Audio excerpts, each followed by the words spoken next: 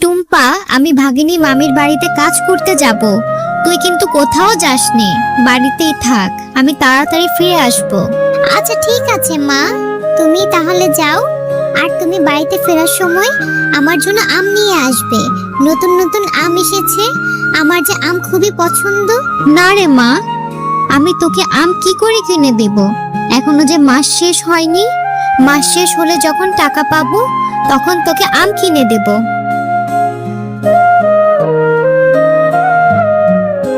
মা তো বললো আমাকে আম কিনে দিতে পারবে না। খুব আম খেতে ইচ্ছে করছে, আমি যাই। বান্টি ও বিনাদের বাড়িতে আম গাছ আছে, ওদের সাথে খেললে ওরা আমাকে একটি আম দেবে। ওই তো দেখা যাচ্ছে বিনা বান্টি বসে আম খাচ্ছে। কি রে বিনা, তোরা আম খাচ্ছিস? তোরা আজকে খেলবি না নাকি? জানিস আমারও না অনেক আম খেতে ইচ্ছে করছে, কিন্তু মাকে বলেছি, মা আমাকে আম এনে দিতে পারবে না। হ্যাঁ রে মিনা, আমরা খেলবো, তুই আম খাবি? আমাদের কাছে অনেক আম ধরেছে, আমার মাকে বলবো তোকে আম দিবে। কি বলছিস, আমাকে আম দিবি? আচ্ছা ঠিক আছে, চল আগে আমরা সবাই খেলে আসি, তারপরে না হয় তোর মার কাছে বলে আম খাবো। হ্যাঁ রে টুম্পা, খেলবো খেলবো, দাঁড়া এই আমগুলো খেয়ে নেই। ওই দেখ মাও চলে এসেছে। ও মামা, টুম্পা এসেছে। টুম্পার না খুব আম খেতে ইচ্ছে করছে, ওর মার কাছে যে টাকা নেই, ও আমাদের গাছের একটা আম খাবে। ওকে একটা আম দাও না মা। ওরে বিনয়, এটা কি বলছিস? আমের অনেক দাম, এই ছোট লোকের বাচ্চাকে আমি কেন আম খাওয়াবো? এই টুম্পা, তোকে না বলেছি আমার ছেলে মেয়ের সাথে খেলবি না? কাকিমা, আমার তো বিনা ছাড়া আর কোনো বন্ধু নেই, আমাকে একটা আম দাও না। তোমাদের গাছে কত আম ধরেছে, আমাকে একটা আম দাও, আমি আমের টাকা দিয়ে দিব আমার মার কাছে যখন টাকা হবে। আরে এত কথা বলছিস কেন? তোকে এখান থেকে চলে যেতে বলছি, এখনই চলে যা।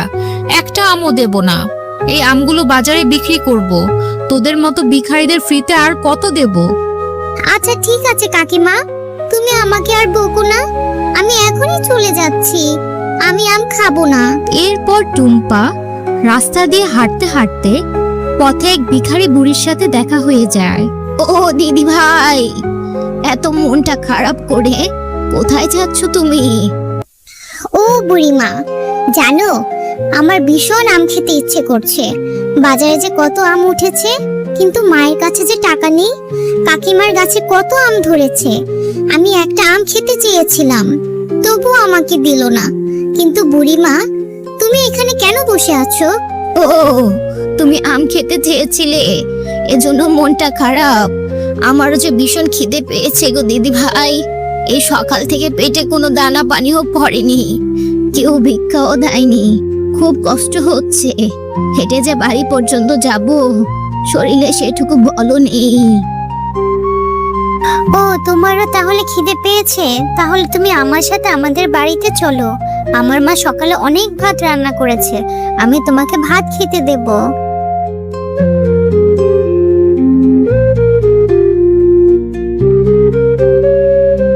দিদি ভাই, তোমার মা কোথায় গেছে? তোমার মাকে যে দেখছি না। তুমি বাচ্চা মানুষ, আমাকে ভাত খেতে দিলে তোমার মা তোমাকে বকবে যে। আমার মা শহরে কাজ করতে গেছে, আমার মা একটু পরে চলে আসবে। তুমি এখানে একটু বসো, আমি তোমার জন্য এখনই ভাত নিয়ে আসছি। এরপর মিনা ঘর থেকে ভিক্ষুক শিয়ালিনীর জন্য খাবার নিয়ে আসে। বুড়িমা, আমি প্লেটে করে ভাত নিয়ে এসেছি, তুমি তাড়াতাড়ি খাবারগুলো খেয়ে নাও, তোমার তো খুব খিদে পেয়েছে। খেয়ে দিয়ে এরপর তুমি আজকে আমাদের সাথে থেকে যাবে।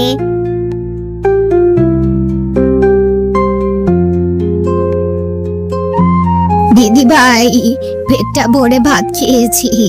এই যে থলেতে একটা বীজ ছিল, বীজটা রেখে গেলাম, এটা তুমি মাটিতে রোপণ করে দিও।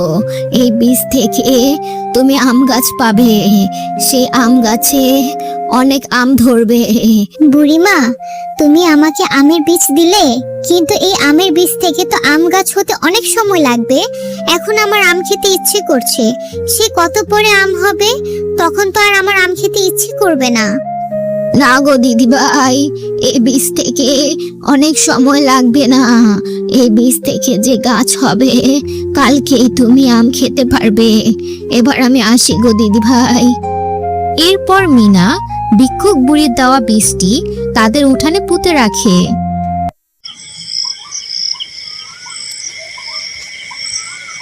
আয় টুম্পা, সে কখন থেকে বসে বসে কি যে ভেবে চলছিস? কখন ঘুমাবি?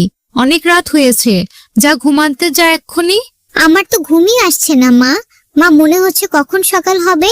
জানো মা, আজকে একটা বুড়িমা আমাকে এটি আমের বীজ দিয়েছে, বলেছে কালকে সে আমের বীজ থেকে আম গাছ হবে। এই মেয়েটিকে নিয়ে আমি আর পারি না। কোন ভিক্ষুক এসে তোকে কিসের বীজ দিয়ে গেল, আর সেটি থেকে নাকি কালই আম গাছ ধরবে? তাড়াতাড়ি ঘুমাতে যা, আর বকবক করিস না, অনেক রাত হয়েছে। রাতের মধ্যেই সে আমের বীজ থেকে অনেক বড় একটি আম গাছ হয়।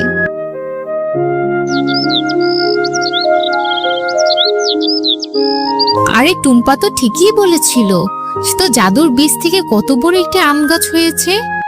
টুম্পা, টুম্পা তাড়াতাড়ি বেরিয়ে আয়, দেখে যা সে বীজ থেকে কত বড় একটি আম গাছ হয়েছে। দেখলে তো মা, কালকে তোমাকে বলেছিলাম সেই ভিক্ষুক বুড়ির বীজ থেকে কত বড় একটি আম গাছ হয়েছে। আমি এখন থেকে অনেক আম খেতে পারবো। একটা আম পেড়ে দাও না মা। হ্যাঁ রে মা, এখন থেকে তুই প্রতিদিন অনেক আম খেতে পারবি। এখনই তোকে আম পেড়ে দিচ্ছি।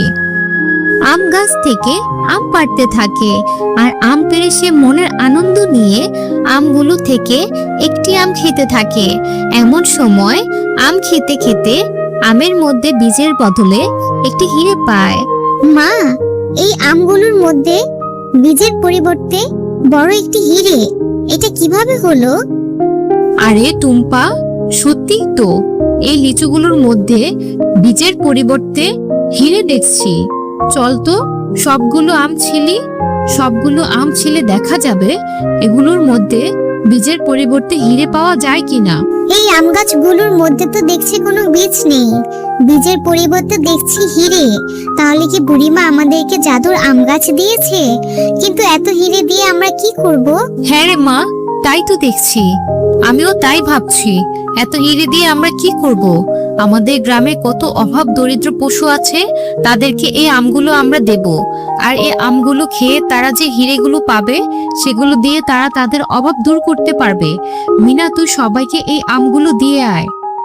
এরপর টুম্পা ও তার মা গ্রামের দরিদ্র পশুগুলোকে সেই আমগুলো দিয়ে দেয়, আর এভাবে তারা সবাইকে সাহায্য করে খুব ভালোভাবে দিন কাটতে থাকে।